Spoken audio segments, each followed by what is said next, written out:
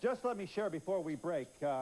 Here from our beloved city of New York are some of our tabloids, including Newsday. City on the edge, as in racial tension. A punch for lunch. Somebody slugged the defense lawyer in the Bensonhurst trial.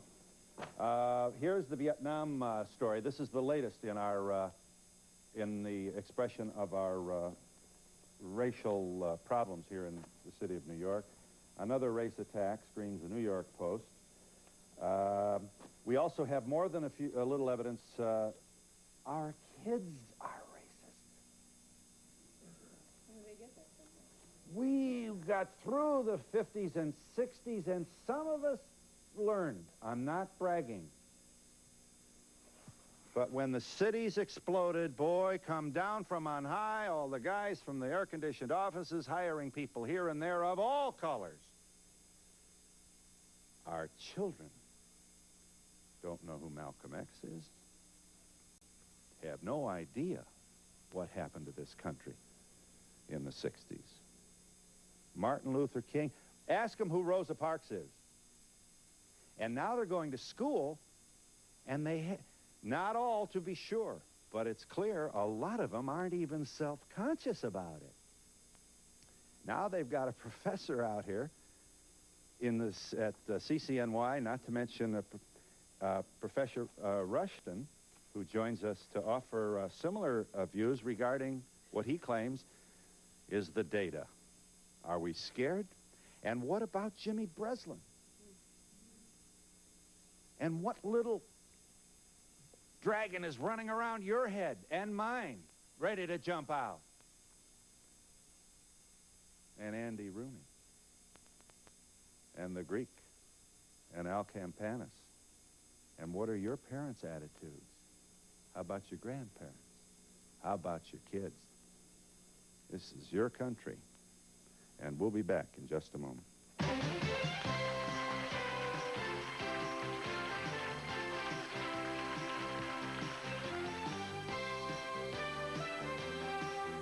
I'm an instructor there, and we just had quite a racial incident there. How does speaking at universities, doesn't this cause more problems? You asked the question, would I want my daughter to hear this? Yeah. I'm not sure if I'd want her to hear it or not, but I do want her to think about it, and I think we all need to think about it. So your position would be?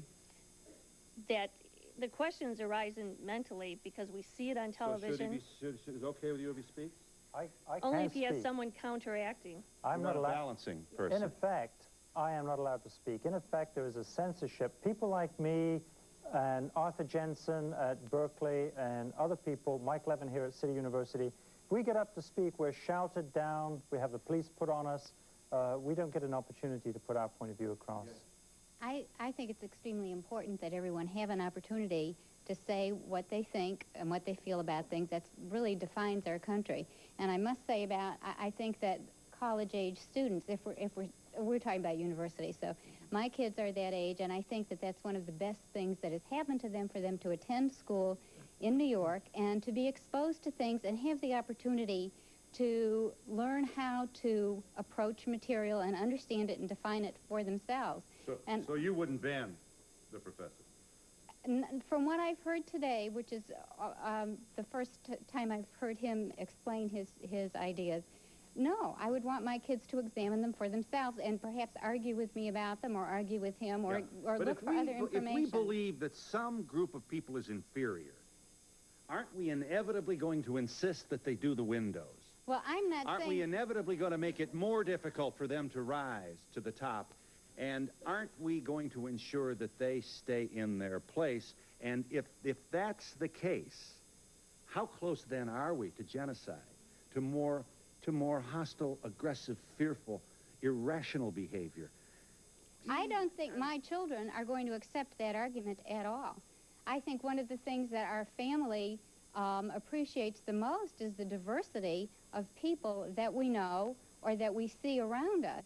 And I don't think they're going to buy that argument at all. I think they will question it very strongly, and I think in questioning it, they will define for themselves perhaps answers that are stronger than if they hadn't considered the issue at all. I thank you for your thoughtful commentary. Yes? Hi.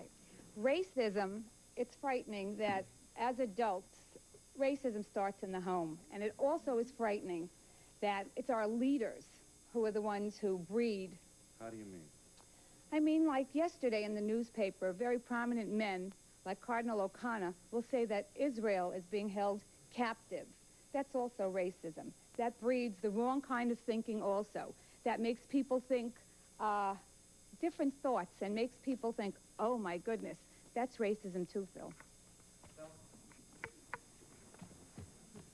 You know, I think that what he's talking about, what Phil is talking about Which Phil? this Phil here that's up on the stage, what someone having, one race having a larger brain than another race, I don't agree with that at all. But I do agree that the Asians could be a little more intelligent than the whites, only because, and the word is sacrifice, Right. because I know that I have friends that have children in college, and they tell me that the Asians and the Orientals, they will study a lot more so than the whites. They'll click together, and I think the key word, and the whites So the could be a little Asians more... are more likely to do their homework than Only the rest of because the they kids. sacrifice, and maybe the whites might sacrifice a little more than the blacks. I don't know, but I know a lot of intelligent blacks.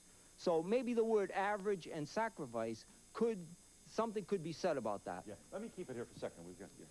But who has the right to say, like, if the blacks are inferior to whites? Nobody can just pinpoint and say, look, you're inferior to us and we're inferior to them. Who has the right to decide who's inferior in this case? I think we should never generalize from what I'm saying to any particular individual. I think that would be a terrible mistake. We mustn't do that. Even if you're not a neo-Nazi, what is the point of all this information? Because bringing it out into the public is just going to cause more racial tension. So you don't want anybody to look at this? Well, I mean, I guess maybe you think it's important for us to know, but right now, what's the purpose? I mean, it's just causing more racial tension by bringing it out. I think we can learn to live together much better when we accept what people are really like and not forever trying to expect things from them which we're not going to find. Yes. I mean, that's basically it.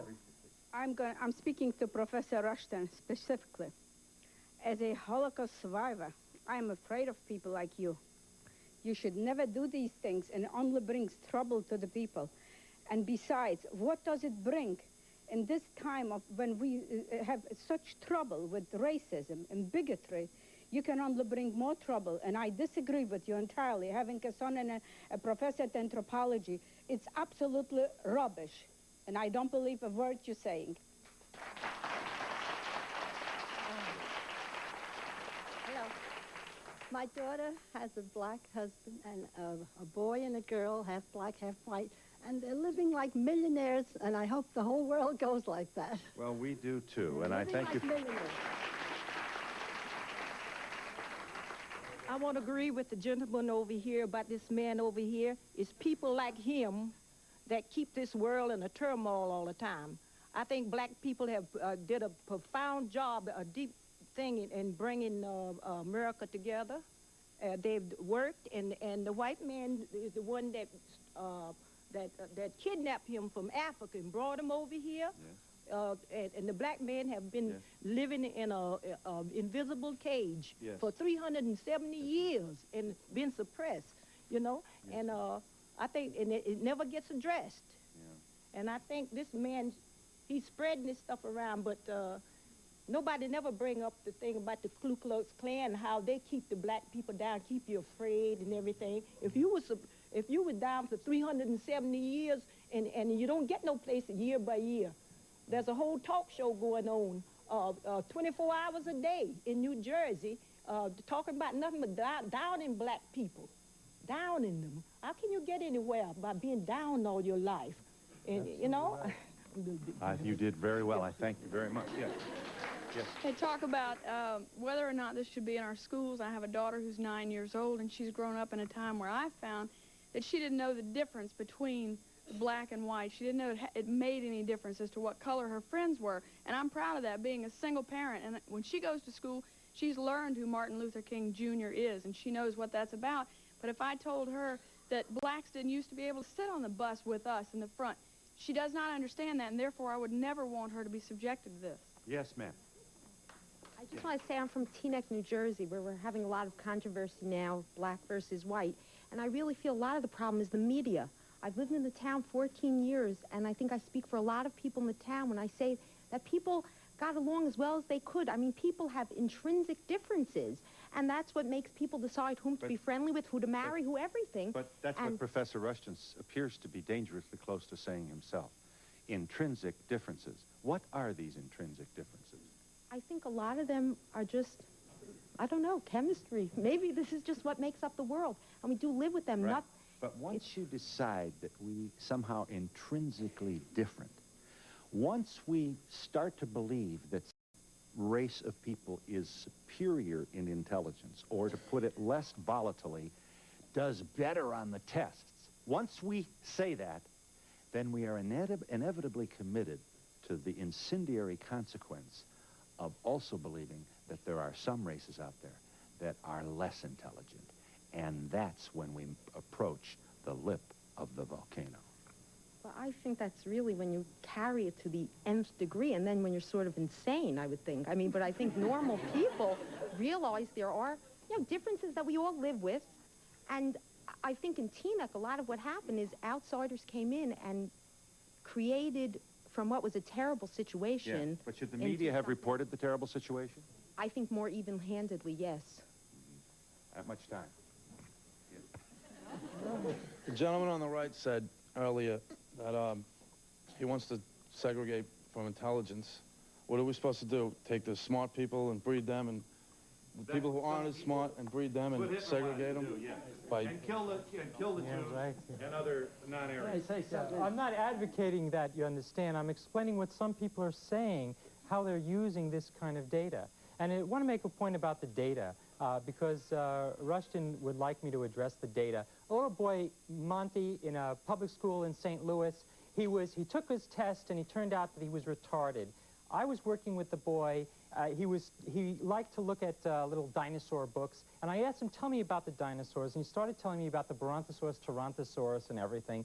And I was really surprised. I said, can you read, where did you learn this stuff? He says, I've been reading the book.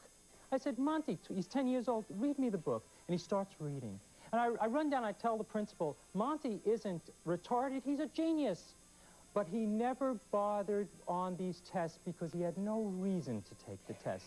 Because he lived in North St. Louis, which was a totally apartheid city, the blacks on one side, the whites on the other. His mother had died, his father worked for a living in 2 jobs, he was being raised by 14-year-olds. So his environment crushed his spirit, his enthusiasm. Yes, but he had the genius. The point was that he was retarded on the tests.